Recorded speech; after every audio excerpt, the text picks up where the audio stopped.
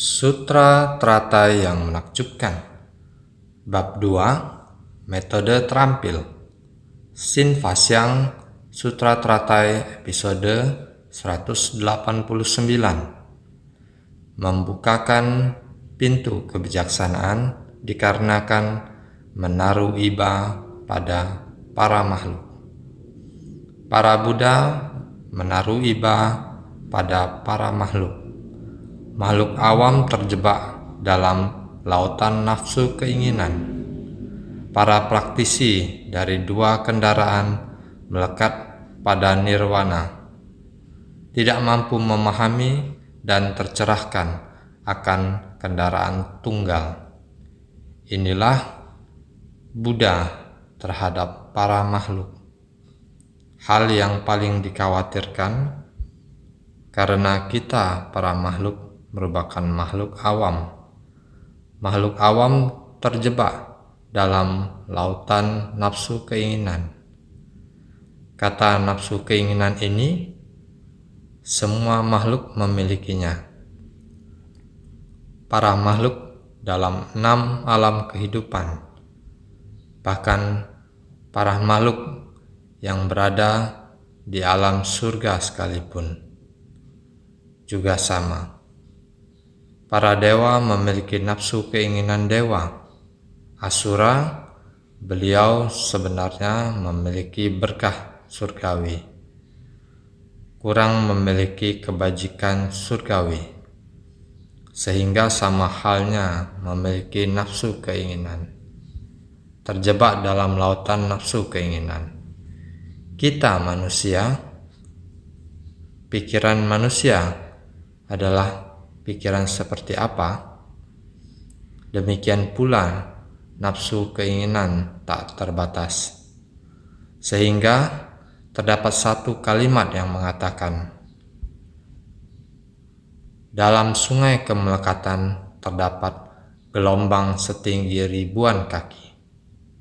Dalam lautan derita terdapat berlaksa ombak bergelora. Oleh karena itu, bertumimbal lahir dalam 6 kehidupan. Ini adalah nafsu keinginan manusia.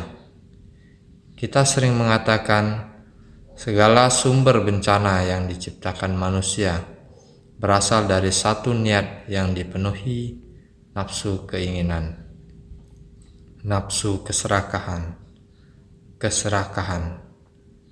Ketika keinginan tidak terpenuhi, akan muncul batin penuh kebencian. Api kebencian dan amarah mulai muncul, akan membingungkan diri sendiri, menjadi kebodohan batin. Karena kebodohan batin timbul keserakahan. Karena keserakahan timbul kebencian. 3 racun batin ini merupakan kilesa yang sangat halus, terus berkembang, terus berulang tanpa henti. Semuanya karena keserakahan, kebencian, dan kebodohan batin. Keserakahan, kebencian, dan kebodohan batin membawa serta sangat banyak kerisauan, sehingga terus menciptakan sangat banyak karma. Karena itu, keserakahan, kebencian, dan kebodohan batin biasanya disertai dengan kesombongan, keangkuhan, keraguan, tidak percaya pada hukum sebab akibat, tidak mampu menerima dharma Buddha yang sejati. Maka begitu banyak penderitaan, semuanya berawal dari satu benih keserakahan. Inilah makhluk awam. Maka Buddha datang ke dunia adalah karena berbelas kasih kepada makhluk hidup. Melihat pikiran mereka yang masih terbelenggu, sehingga tenggelam dalam lautan nafsu.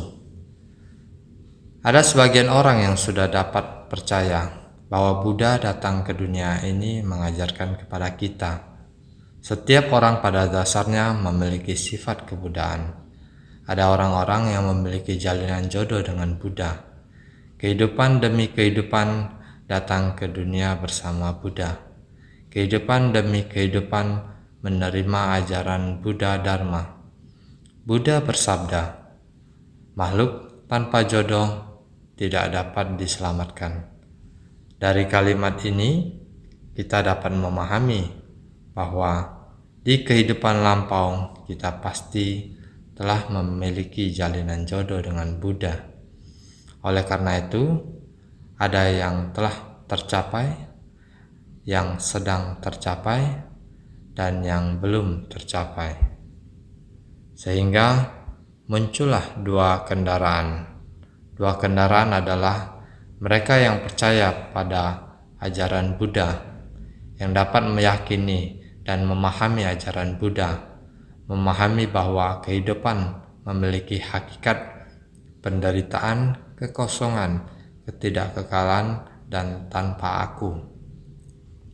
Prinsip-prinsip kebenaran ini disampaikan oleh Buddha dan mereka memahaminya.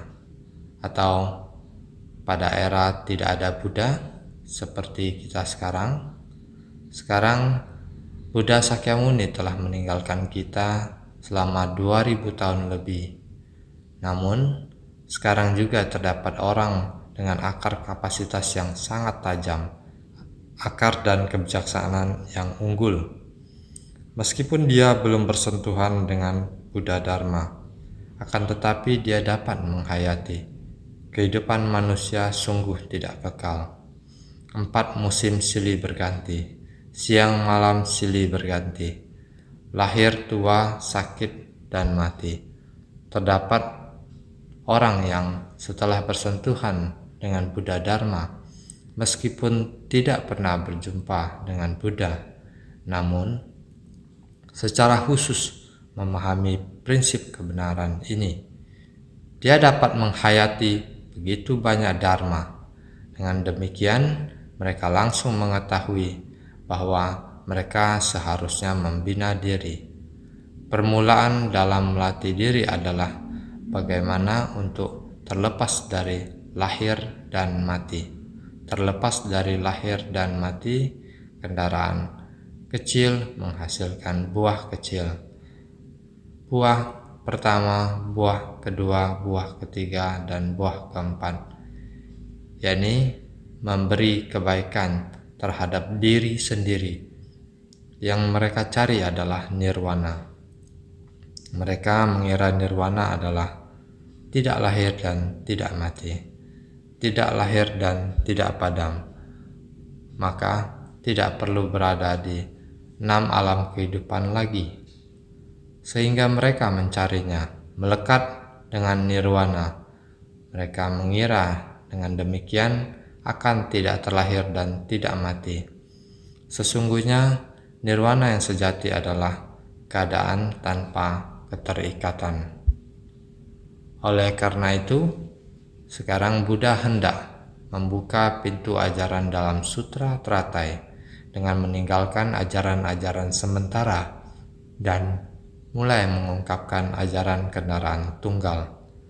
Sebab para praktisi kendaraan kedua masih melekat pada konsep nirwana. Walaupun kita mengatakan Buddha telah memasuki nirwana, sesungguhnya Buddha tidak pernah berhenti. Semua Buddha dan Bodhisattva terus-menerus datang ke dunia untuk menolong makhluk hidup. Renungkanlah Bodhisattva Avalokitesvara juga terus mengemudikan kembali perahu Welasasi, yaitu setelah mencapai pencerahan, beliau kembali ke dunia demi menyelamatkan semua makhluk.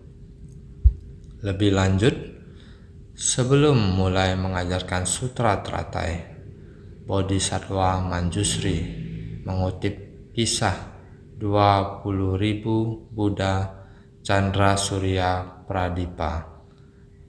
Manjusri sendiri pada masa lampau juga merupakan guru dari 7 Buddha. Bahkan beliau sendiri telah mencapai kebuddhaan sejak masa lampau.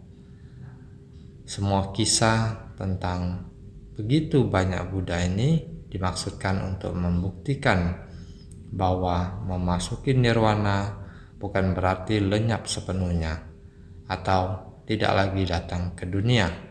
Sebaliknya, para Buddha dan Bodhisattva tetap kembali ke alam manusia dengan semangat welas asih yang agung, mengarungi samudera penderitaan untuk membimbing dan menyelamatkan semua makhluk kembali ke dunia dengan perahu welas asihnya. Bukan karena sebab akibat, tetapi itu adalah ikrar agungnya.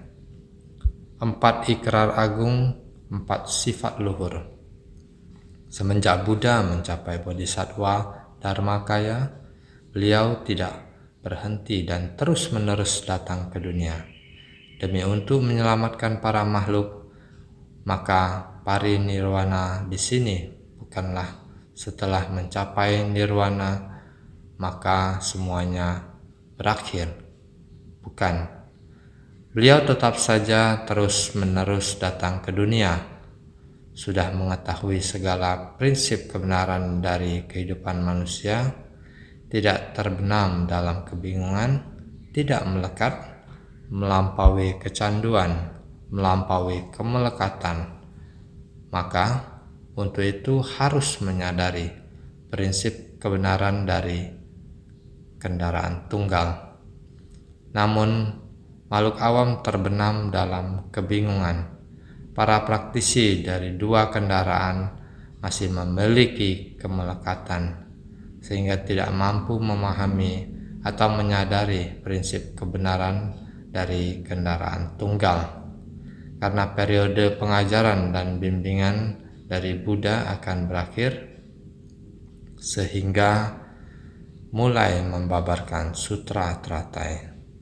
Setelah keluar dari samadhi pada persamuan ini,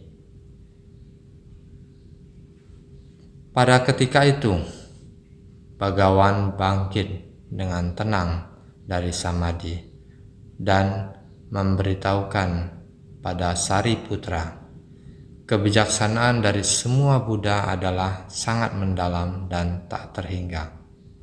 Sutra Teratai Bab 2, Metode Terampil. Mulai melihat para hadirin dan berhenti pada Sariputra, kemudian bertanya, kebijaksanaan dari semua Buddha adalah sangat mendalam dan tak terhingga. Sebab semua orang mengerti bahwa Sariputra adalah kebijaksanaan terunggul dalam kumpulan Sangha. Saat ini akan membabarkan ajaran kendaraan tunggal atau Ekayana. Jika bukan orang yang mencapai maha kebijaksanaan, maka tidak dapat menghayatinya.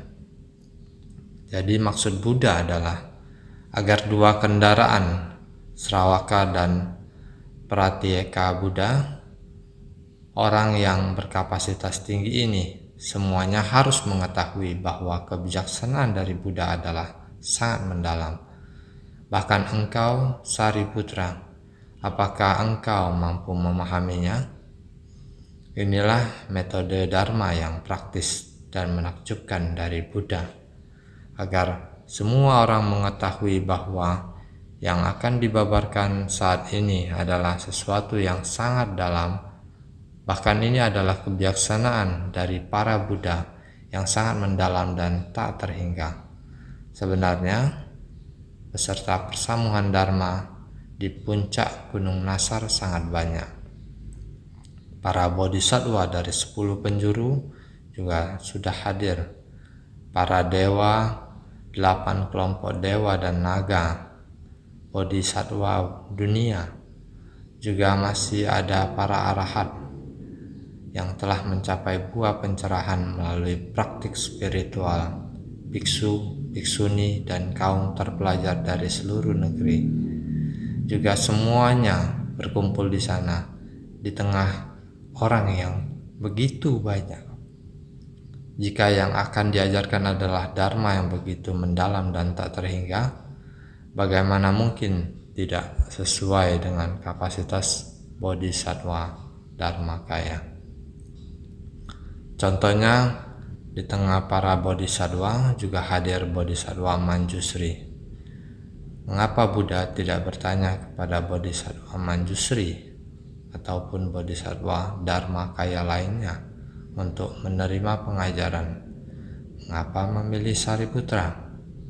Karena di tengah orang suci dari dua kendaraan, orang dengan kapasitas tinggi dari kendaraan kecil adalah Sariputra. Kebijaksanaan Sariputra, pahala kebajikan dia adalah paling unggul di antara para Sravaka, adalah seorang pemimpin. Jadi semua orang sangat hormat kepada Sariputra. Selama Sariputra merasa yakin, maka semua orang juga akan mempercayainya. Terlebih lagi, beliau adalah salah satu yang terunggul dalam Sangha. Oleh karena itu, Buddha kemudian berpaling kepada Sariputra dan mulai berkata, kebijaksanaan dari semua Buddha adalah sangat mendalam dan tak terhingga. Sebab, sutra ini bertujuan untuk membuka dan menunjukkan pengajaran dengan metode terampil untuk menunjukkan ajaran sejati. Memulai pengajaran berarti memulai pengajaran dengan metode terampil. Di masa lampau yang digunakan adalah metode terampil. Metode berarti metode terampil, yaitu ajaran sementara dengan metode terampil. Jadi, sekarang setelah metode terampil tersebut dibuka, seharusnya ia disingkirkan. Mulai pengajaran dengan metode terampil berarti harus menyingkirkannya, yaitu metode-metode terampil yang diajarkan di masa lampau kini harus disingkirkan. Masa lampau adalah metode terampil, dan sekarang adalah saatnya untuk menunjukkan dharma sejati. Karena itulah disebut memulai pengajaran dengan metode terampil untuk menunjukkan ajaran sejati. Makna dari Sutra Teratai terletak pada memulai pengajaran dengan metode terampil untuk menunjukkan ajaran sejati, yaitu satu atribut sejati, yakni jalan kendaraan tunggal. Dari itu, sutra ini membuka dan mengungkapkan persisnya demi merespon para praktisi dari dua kendaraan, terutama untuk menuntun yang berkapasitas unggul dari para praktisi dari dua kendaraan. Dari itu, secara khusus memberitahukan Sariputra agar tidak melekat pada nirwana dari sebuah kendaraan kecil, melainkan mengarah pada nirwana dari kendaraan besar yang tidak melekat pada kemunculan dan pelenyapan. Sutra Teratai adalah memulai pengajaran dengan metode terampil untuk menunjukkan ajaran sejati, untuk mulai merespon terhadap para praktisi dari dua kendaraan. Karena praktisi dari dua kendaraan masih melekat terhadap ajaran metode terampil, mereka masih saja merupakan makhluk awam yang terbenam dalam kebingungan terhadap samsara. Praktisi dua kendaraan mempunyai kemelekatan terhadap nirwana. Jadi, mereka tahu adanya nirwana yang tanpa kemunculan dan kelenyapan, tetapi mereka tidak dapat merelakan wujud kemunculan dan kelenyapan, tidak dapat melepasnya. Jadi, Buddha ingin membantu mereka lebih jauh, supaya semua orang tahu bahwa meskipun nirwana adalah tidak muncul dan lenyap, tetapi tidak seharusnya melekat. Belajar Dharma Buddha adalah untuk menyelamatkan semua makhluk, harus memberi manfaat kepada orang lain, bukan hanya memberi kebaikan kepada diri sendiri. Oleh karena itu, ini adalah menuntun para praktisi dari dua kendaraan yang berkapasitas unggul. Jadi beliau ingin memulai pengajaran dengan metode terampil untuk menunjukkan ajaran sejati.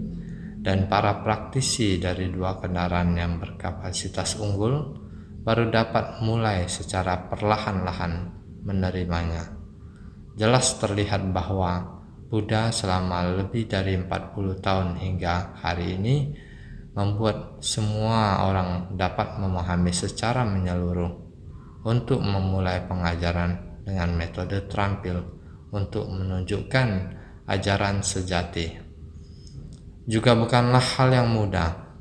Oleh karena itu, secara khusus memberitahu Sariputra supaya dia tidak melekat terhadap nirwana dari buah kendaraan kecil. Jangan lagi melekat terhadap nirwana dari buah kendaraan kecil, mengira diri sendiri telah mencapai pembebasan dan menjadi individu yang puas diri. Ini bukanlah maksud dari Buddha. Buddha menginginkan setiap orang untuk mempraktikkan ajaran dari kendaraan besar, bukan memberi manfaat bagi diri sendiri. Jadi kita harus menjandarkan diri sendiri dan orang lain dan memiliki perilaku yang tercerahkan secara sempurna. Hanya menyadarkan diri sendiri dan melekat pada nirwana dari kendaraan kecil ini tidak cukup. Jadi kita harus mengarah pada nirwana dari kendaraan besar yang tidak melekat pada kemunculan dan pelenyapan. Ini berarti kita harus terus mengarah dan membangkit tekad lagi, maju ke tingkat selanjutnya, mengarah pada tiada kemunculan dan pelenyapan, tidak melekat pada nirwana, sehingga Buddha juga mengatakan bahwa kebijaksanaan para Buddha sangat mendalam. Pintu kebijaksanaan ini adalah sulit untuk dipahami dan dimasuki. Semua Sravaka dan Pratyeka Buddha tidak tahu akan ini. Sutra Teratai Bab 2, Metode Terampil. Kebijaksanaan Buddha sangat mendalam. Beliau sekarang akan membuka pintu kebijaksanaan, membuka harapan mendasar Buddha. Kebijaksanaan sejati Buddha, pintu kebijaksanaan, adalah sulit untuk dimasuki dan dipahami. Ini didapat diketahui oleh para Sravaka.